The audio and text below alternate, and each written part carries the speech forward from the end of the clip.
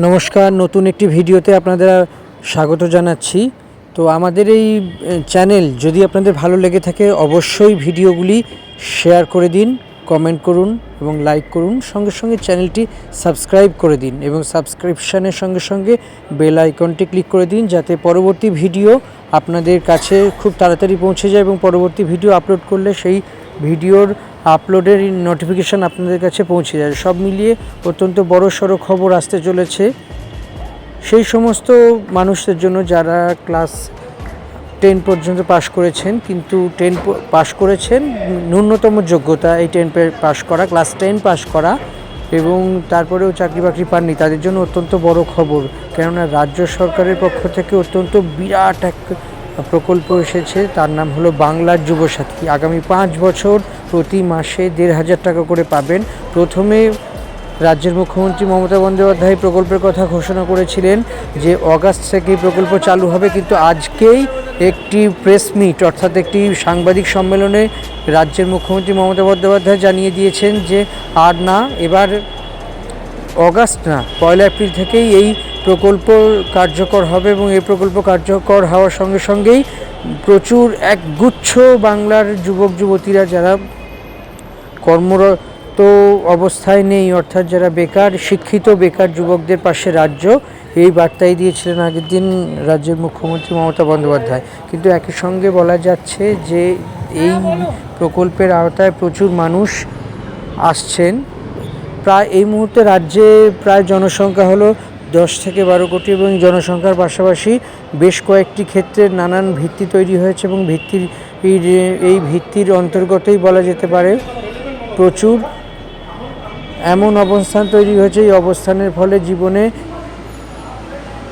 বড়সড় প্রভাব আসবে। ফলে কর্মহীনতা এবং তার সঙ্গে সঙ্গে জীবনে বিষণ্ণতা এবং নানা ক্ষেত্রে হীনমন্যতা, এই সমস্ত কিছুই কিছুটা হলেও প্রশমিত হবে। কারণ রাজ্য সরকারের প্রকল্পতে শিক্ষিত বেকারদের পাশেই হলো রাজ্য সরকার। তবে এর পেছনে একটা বড়সড় অঙ্ক আছে, কেননা রাজ্য সরকারের পক্ষ থেকে এই প্রকল্পর ঘোষণার ফলে, রাজ্য সরকারের প্রকল্প থেকে প্রকল্প ঘোষণার ফলে যেই বিষয়টি উঠে আসছে সেটি হলো আগামী মাসের 2 থেকে 3 তারিখ অর্থাৎ ফার্স্ট উইকেই বিধানসভা নির্বাচন নির্ঘণ্ট ঘোষণা করা হবে। তো বিধানসভা সাধারণত যেই দিন নির্বাচনের ঘোষণা করা হয়, নির্বাচন নির্ঘণ্ট বা দিনক্ষণ ঘোষণা করা হয়, তার থেকে ঠিক 21 দিন, কম করে 21 দিন এবং খুব বেশি হলে 1 মাস, এই অবধিতেই ভোটের বিভিন্ন সূচি তৈরি হয়।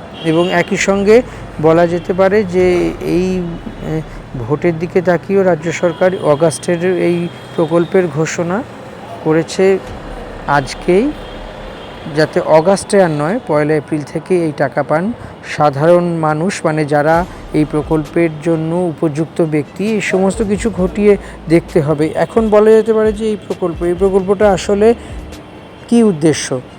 প্রধানত রাজ্যে বিধানসভা নির্বাচন এবং বিধানসভা নির্বাচন 294টা আসনেই বিধানসভা নির্বাচন, অর্থাৎ 294টা আসন মানে 42টি, 294টি বিধানসভা আসন মানে 42টি লোকসভা আসন।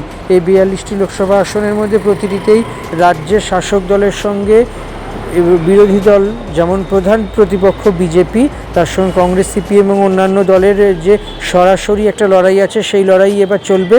এবং সেই লড়াইয়ের মধ্যে অন্যতম বিষয় হলো রাজ্যের শাসক দল কিভাবে মানে তাদের যেই ক্ষমতাসীন বা এই ক্ষমতার সমস্ত কিছুকে আটকে রাখবে, মানে ক্ষমতাকে ধরে রাখবে। এবং পরবর্তীকালে দেখতে পাওয়া যাবে যে এই বিষয়গুলি নানান ক্ষেত্রতে তৈরি হচ্ছে এবং নানানভাবে এক একটি কর্মের জায়গা তৈরি হচ্ছে। ফলত কেন্দ্রীয় সরকারের কেন্দ্রীয় শাসক দল এবং তার সঙ্গে রাজ্যে শাসক দল তৃণমূল অর্থাৎ বিজেপির মধ্যে একটি বিরাট বড় এই নিয়েই তরজা চলছে। এই তরজার অন্যতম কারণ হলো যে বিধানসভা ভোটে কে জিতবে, কে কাকে মাত দেবে এবং কে কীভাবে বাজিমাত করবে, এই সমস্ত কিছুই এখন দেখার বিষয়।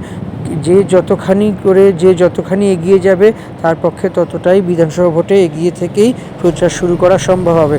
প্রধানত বিধানসভা ভোটে নির্ঘণ্ট শুরু হলেই কিন্তু সবাই তৎপর হয়ে পড়বে কীভাবে একে অন্যের থেকে এগিয়ে যায় এবং একে অন্যের থেকে এগিয়ে যাওয়ার ক্ষেত্রে সবথেকে বড় রাজ্য সরকারের হাতিয়ার হলো জনমুখী প্রকল্পগুলো, যেমন লক্ষ্মীর ভাণ্ডারের সঙ্গে সঙ্গে স্বাস্থ্যসাথী, দুয়ারে সরকার একটা এমন প্রকল্প যেখানের মাধ্যমে রাজ্য সরকার প্রতিটি প্রকল্পের সুবিধা প্রতিটি মানুষের কাছে এমনিতেই পৌঁছে যাবে, যাতে সরাসরি পৌঁছে যায়। এই কারণেই এটি বিশেষভাবে গুরুত্বপূর্ণ এবং বলা যেতে পারে যে এই প্রকল্পের যাতে সুফল সাধারণ মানুষ পান তার কারণেই নানা রকমভাবে চলছে তারই তোড়জোড়। এই কিছুদিন আগেই রাজ্যের মুখ্যমন্ত্রী মমতা বন্দ্যোপাধ্যায় লক্ষ্মীর ভাণ্ডারের টাকা 500 টাকা করে বাড়ালেন। এর ফলে লক্ষ্মীর ভাণ্ডারে আগে জেনারেল বা আনরিজার্ভ ক্যাটাগরি মহিলারা পেতেন মাসে 1000 টাকা, তারা এবার থেকে পাবেন 1500 টাকা। আর যারা তপশিলি জাতি উপজাতি এবং অনগ্রসর শ্রেণীর মানুষ তারা আগে পেতেন 1200 এবং সেটি আরও 500 যোগ হবে 1700। সব মিলিয়ে এক বিরাট অবস্থা তৈরি হচ্ছে। এবং তারই পাশাপাশি বাংলার যুবসাথী প্রকল্প অত্যন্ত বড়সড় ভূমিকা গ্রহণ করছে এবং সব মিলিয়ে বলা যেতে পারে লক্ষ্মীর ভাণ্ডারের পাশাপাশি কেন্দ্রীয় সরকারের বিরুদ্ধে লড়ার ক্ষেত্রে যে প্রকল্পগুলি বিশেষভাবে গুরুত্বপূর্ণ ভূমিকা গ্রহণ করছে এবং সেই প্রকল্পগুলি অত্যন্ত মানুষের কাছাকাছি এসে এই প্রকল্পগুলি যাতে অতি সহজেই মানুষ গ্রহণ করতে পারে সেই দিকে বড়সড় আকার ইঙ্গিত করছেন। এবং এই ভোটে যাতে ডিভিডেন্ড পাওয়া যায়, ভোট বাক্স অর্থাৎ ইভিএমে যাতে ডিভিডেন্ড পাওয়া যায় তারই জন্যই বড় তোড়জোড় চলছে। 1 এপ্রিল থেকে এই প্রকল্পের টাকা সরাসরি ব্যাঙ্ক অ্যাকাউন্টে চলে যাবে। এর জন্য বিভিন্ন সরকারি দপ্তর, এর মাঝেই দুয়ারে সরকার অনুষ্ঠিত হবে, বিভিন্ন অঞ্চল ভিত্তিক দুয়ারে সরকার হবে এবং দুয়ারে সরকারে গিয়েও এই প্রকল্পের নাম নথিভুক্ত করা এবং প্রকল্পের জন্য যা প্রয়োজনীয় জিনিসপত্র দিতে হবে তার জন্য অবশ্যই আধার কার্ড দিতে হবে এবং আধার কার্ডের সঙ্গে সঙ্গে ব্যাঙ্ক অ্যাকাউন্ট ডিটেলস এবং আরও পরিচয়পত্র যা চাইবে তাই দিতে হবে এবং আপনি কোথাকার রেসিডেন্ট, কোন এলাকা বা কোন ওয়ার্ডের বাসিন্দা, কোন পঞ্চায়েতের বাসিন্দা, এই সমস্ত কিছুই তাতে উল্লিখিত থাকতে হবে। তো সব মিলিয়ে ভোটের আগে যে 1 এপ্রিল থেকে যুবসাথী প্রকল্প শুরু করা হচ্ছে, অন্তত এই যুবসাথী প্রকল্প অত্যন্ত পরিমাণে কাজে লাগবে এবং রাজ্যের শাসক দল তৃণমূল কংগ্রেস মনে করছে যে যুবসাথী প্রকল্প ভীষণ পরিমাণে একটা তাদের ট্রাম্প কার্ড হতে চলছে এবং এই প্রকল্পের মাধ্যমে প্রায় 294টা আসনে যে ভোট হবে সেই ভোটের ক্ষেত্রে অনেকটাই বিরাট ফারাক ফেলে দিতে পারে, বিরোধীদের থেকে বেশ কিছুটা এগিয়ে যেতে পারে। কেননা রাজ্যের শিক্ষিত বেকারদের পাশে রাজ্য সরকার এই রকম একটা প্রচার চালিয়ে তারা আগামী দিনে 294টা আসনের প্রতিটি আসনে খুঁটিনাটি বিশ্লেষণ এবং কোন আসনে কি ফ্যাক্টর কাজ করবে এবং কোন আসনের এর জন্য কার ক্ষমতা বেশি এবং কোন আসনে কোন ভোটারের সংখ্যা বেশি, কোন আসনে মতুয়া ভোটার বেশি, কোন আসনে সংখ্যালঘু ভোট বেশি, কোন আসনে হিন্দু ভোট বেশি, কোন আসনে অনগ্রসর শ্রেণীর বিভিন্ন মানুষের ভোট বেশি। তো সব মিলিয়ে বলা যেতে পারে কোথায় রাজবংশী ভোট বেশি বা কোথায় চা বাগানের শ্রমিকদের ভোট বেশি। প্রতিটি আসনের মধ্যে দিয়েই প্রতিটি যে আসন আছে বিধানসভা আসন, সেই প্রতিটি বিধানসভা আসনের মধ্যেই দিয়েই বেছে নেওয়া হবে সেই জায়গার ইস্যু কী হবে এবং প্রতিটি ইস্যুর ক্ষেত্রে নানান রকমভাবে গ্রহণ করা হবে নানান পদ এবং একই সঙ্গে বলা যেতে পারে যে মূলত ভোটের বৈতরণী পার করার জন্য